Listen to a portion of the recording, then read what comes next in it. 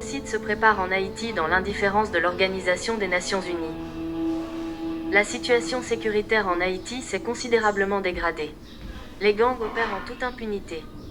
La capitale haïtienne, Port-au-Prince, est transformée en un charnier à ciel ouvert. Les cadavres se multiplient à travers les rues cyniques et fétides.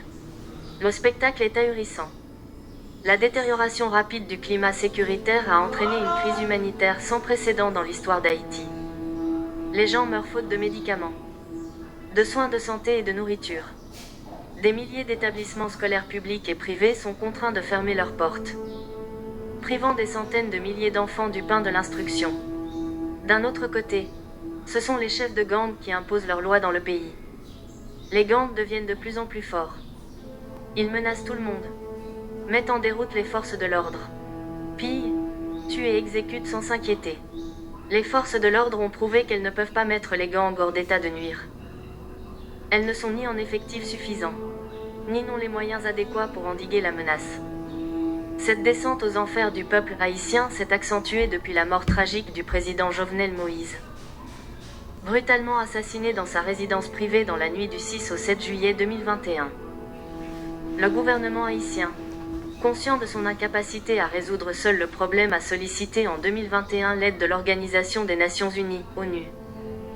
Après 2 années de réticence et de tergiversation, l'ONU a finalement décidé de fournir une assistance à Haïti afin de remédier à la dégradation de la situation sécuritaire.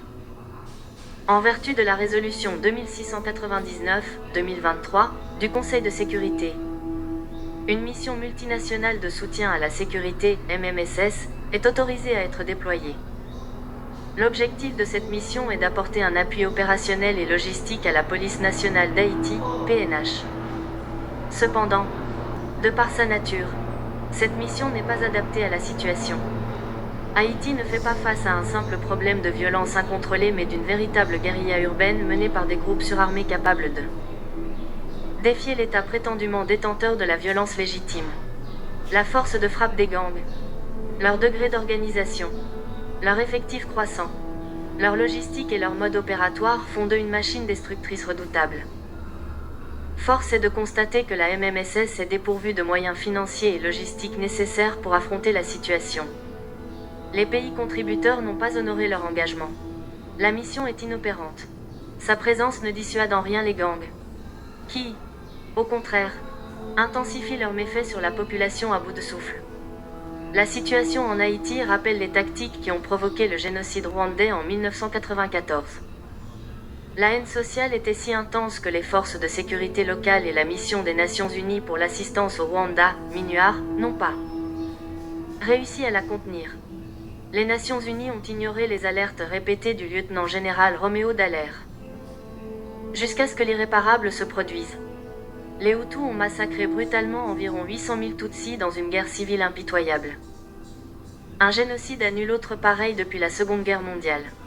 Haïti est sur le point de connaître le même sort. Il semble que la communauté internationale, insensible à la souffrance du peuple haïtien, lui tourne le dos. Plutôt que de fournir une aide substantielle, l'international préfère isoler davantage le pays, en particulier la capitale haïtienne, comme si ses habitants n'avaient aucune valeur. En agissant ainsi, elle s'implique de manière ostentatoire dans cette politique de banalisation de la vie. Aujourd'hui, tout indique que les conditions sont réunies pour un génocide en Haïti. Les gangs ne rencontrent aucune opposition de grande envergure. Ils veulent le pouvoir et sont prêts à tout pour l'obtenir. Ils recourent aux réseaux sociaux et à certains médias traditionnels pour diffuser des messages empreints de haine et pour semer la terreur parmi la population. Ils ont repéré des cibles précises et minimisent l'impact des dommages collatéraux. Ils savent que la communauté internationale n'interviendra pas. Et donc ils ont les coudées franches pour agir. De son côté, la population s'organise tant bien que mal et met en place un système d'autodéfense. Le fameux « bois calé », qui n'est autre qu'une sorte de justice populaire violente, pour se prémunir contre d'éventuelles attaques des groupes armés. Les résidents de plusieurs quartiers prennent des mesures extralégales. Fermeture de la circulation à une heure donnée.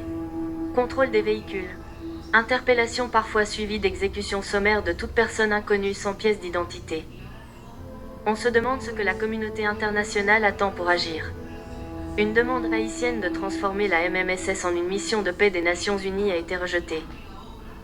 La Chine et la Russie menacent d'apposer leur veto à cette résolution si les États-Unis et l'Équateur, les pays porte-plume d'Haïti à l'ONU, insistent pour la faire adopter.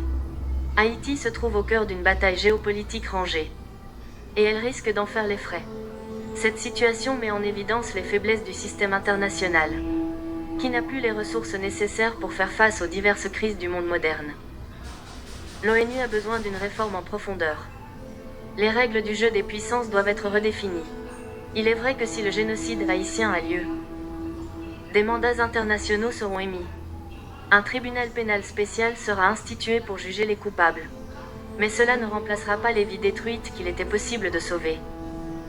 L'histoire retiendra qu'un État, Haïti, membre fondateur de l'ONU, était ignoré alors qu'il traversait une période de grande difficulté, voire de désintégration totale, mais n'avait pas été secouru. Sa demande d'assistance a été tournée en dérision. Les cris stridents des morts vivants s'agrippant à un brin d'espoir de la communauté internationale demeurent inaudibles.